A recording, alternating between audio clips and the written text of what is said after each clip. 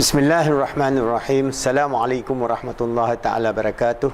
Alhamdulillah, alhamdulillah rabbil alamin, wassalatu wassalamu ala asyrafil anbiya wal mursalin wa ala alihi washabihi ajma'in. Alhamdulillah, we are still going on our chapter 4 of this book, and we have mentioned about how we are going to overcome the challenge today, a very severe challenge of tantrum behavior in children. Today we're going to discuss how within the laws of learning and conditioning we can actually educate our children, especially when they have very low attention span, especially those who have learning difficulties, they cannot have attention and so on. How are we going to develop, using the laws of learning, using operant and classical and operant conditioning, to give them the right reinforcement so that they would be able to have a higher attention span, and when they have higher attention span, then they can learn. If not, then they will be it's very difficult when you go into the educational system. They do not have the necessary attention span, then they become spoilers in the class, or they become the jokers, or they become those disruptive children with behavioral problem, because they want some sort of attention, but the attention that they get is from bad behavior, from punishment and so on. So this is where it is very important early in a child's life that we develop the capacity to be able to concentrate on any task. Alright? And especially if we understand that the children have a very low attention span, then we have to put a lot of time to give them the right reinforcement, positive reinforcement, so that they can learn and slowly pick up a lot of skills. I remember in my younger days that we learned a lot of things because we live in a village area where there's not much facilities, but we learn.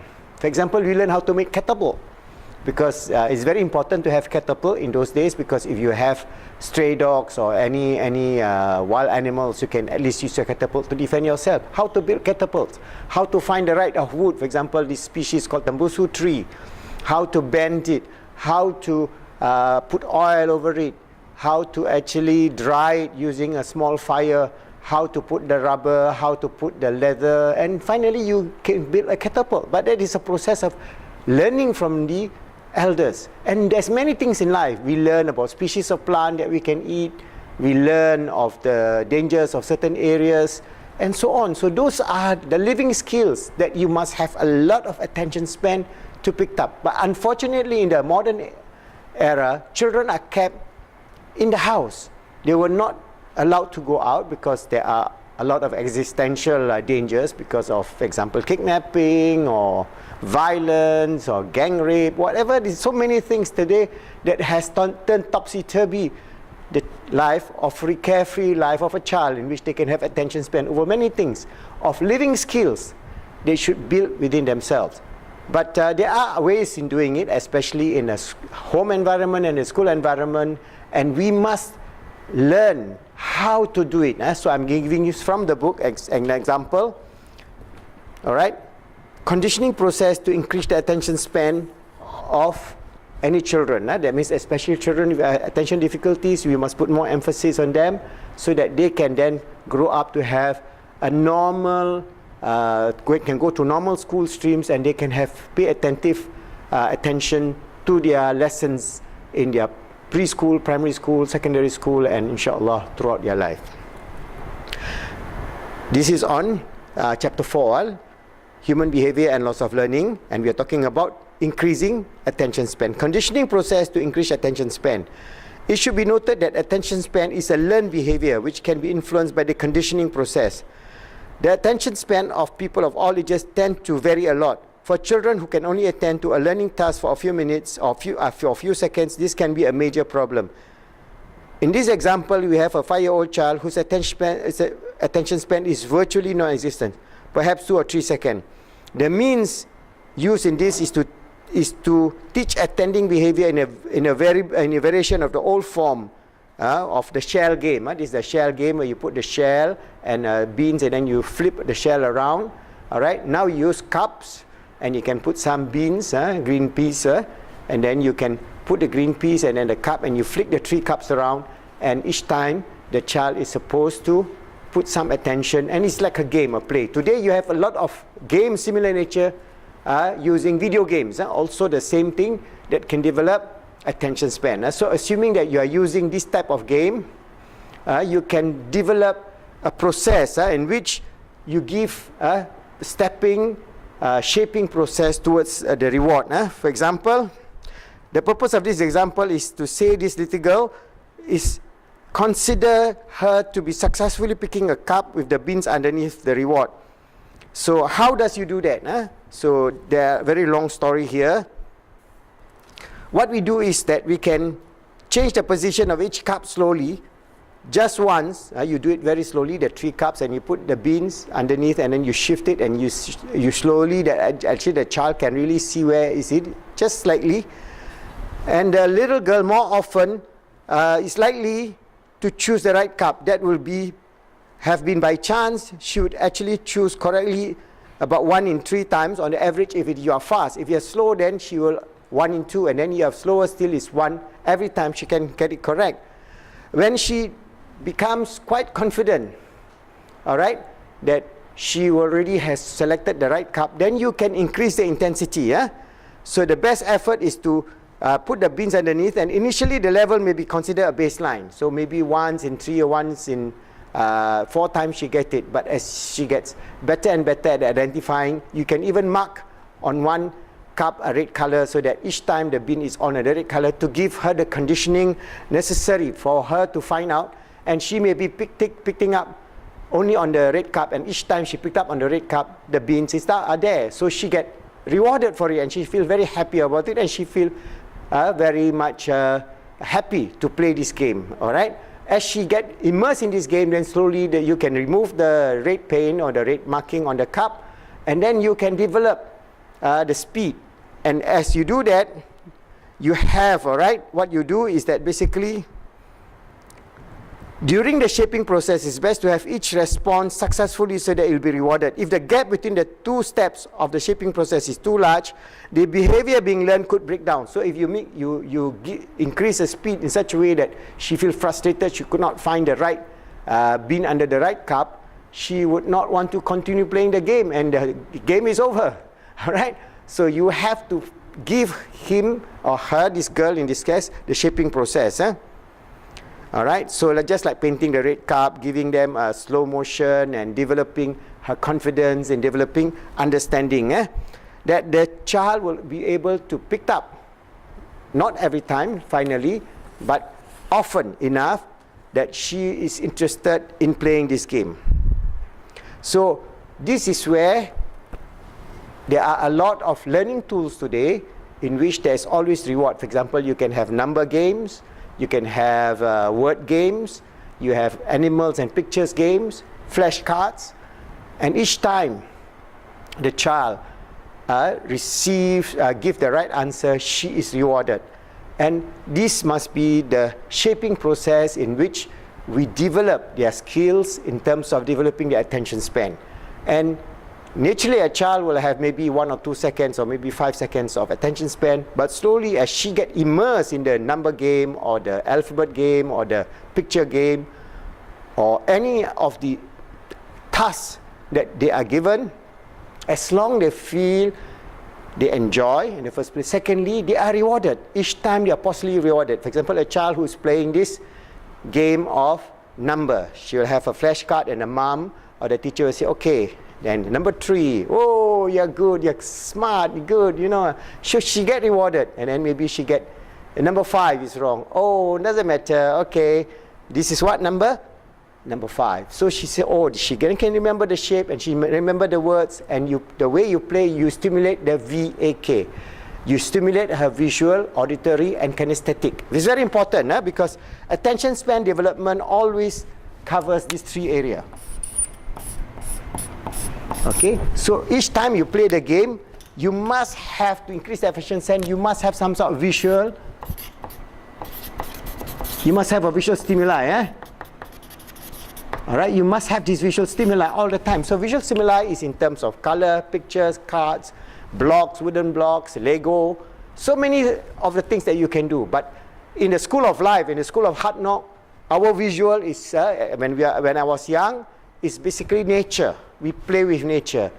We go to the bushes, we see plants, we see how people farm, we learn how to use the tools, the changkol. We learn how to use, for example, very sharp instrument like the parang, because you can use that to cut a coconut. You are not given that immediately. You must learn how to, because if you do it wrong, you can cut your finger off. It's very, very sharp. So you have to learn, those are living skills. You must have a lot of attention, because if you don't learn all those skills, you cannot survive in a farming environment or in a rural environment. So all these things are input. You learn it from the visual stimuli, then you learn it from the instruction, auditory,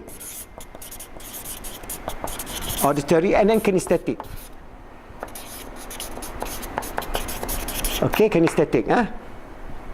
This kinesthetic stimuli, all these stimuli is built into you.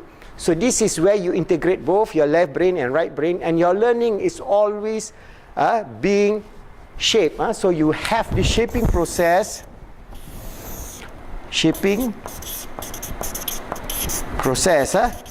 to increase your attention span. So it is theoretically very easy, but the kind of games, the kind of play that you are going to develop this child, the way you shape and mold them to become human beings, to become good human beings that have the necessary attention spans, and to become, inshallah, in future achievers in life. They must be able to understand this basic idea of how you develop, techniques, parenting skills, especially if you're going to be developing children to become the Caliph of Allah, his vicegerent on this earth. He must have attention span, the sense of dedication, the sense of joy, the sense of achievement, the sense of well-being, doing something that they enjoy. Because I was shaped that way by my mother, who teach me the love of reading, and becomes part of my nature until today. And I continue reading because that gives you the basic joy. Same thing, for example, if some of my elders have taught me certain living skills like carpentry. I was good at carpentry, and it was such a great thing that I learned how to do carpentry, so I'm good at carpentry. Or my love for fishing. Some of my elders taught me fishing, so I learned all kinds of techniques of fishing. For example, like casting the net. That's a very difficult task. You must have a lot of attention to learn it. And today, maybe if you take 1,000 narrations, maybe out of that 1,000, only one person can cast a net, because these skills are being lost. The younger generation only knows how to go to the shopping complex. They only know going to toy stores and buy some toys or buy some Lego or some Transformers, which is okay in a sense, but these are unnatural things. Living skills needs a lot of attention. How many thousand times did I cast a net before I get a perfect circle so that I can get a fish? That takes a lot of patience.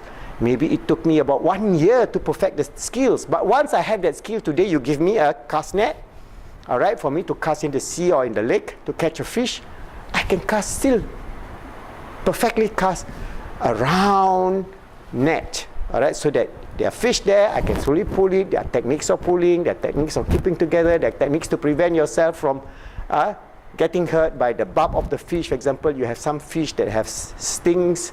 All those things are learning skills that you develop from the basic idea of attention span. So very, very important for parents is to nurture your child in a way through stimulation of visual stimulation, auditory stimulation, kinesthetic, using all the sense of sight, smell, and all the whole brain activity between the left brain and right brain, that inshallah, if you understand this technique in terms of developing attention span, you can develop a very good future for that child in whatever skills area that they may love. They may love, for example, as I say, carpentry, or they may love poetry, something very, very, with words, playing with words.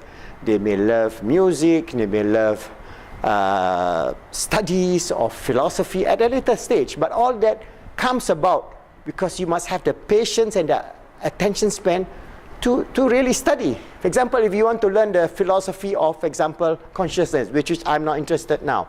So I have to go and read books on the metaphysics of Islam, the nature of consciousness, and so on. But that requires a lot of discipline, and that discipline can come about only when you have the joy of learning. Remember this word, the joy of learning. Your attention span can only come when the reward is internalized. At the children's stage, it is the parents that gives them the stimulus, the reward, the conditioning towards achievement, towards goodness. But at a later stage, when you become self-actualized, it is the nature of your inner speech. What does your inner speech says?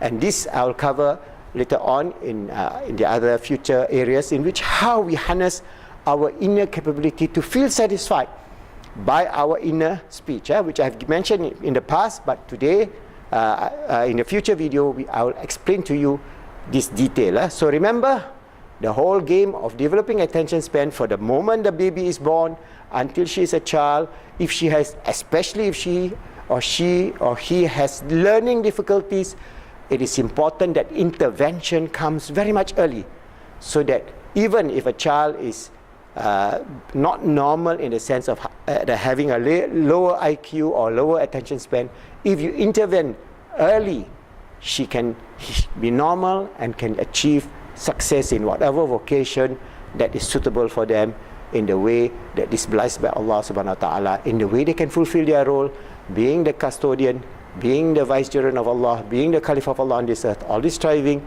to make themselves good, to be an achiever, to help others to be good, and making the world good, inshallah.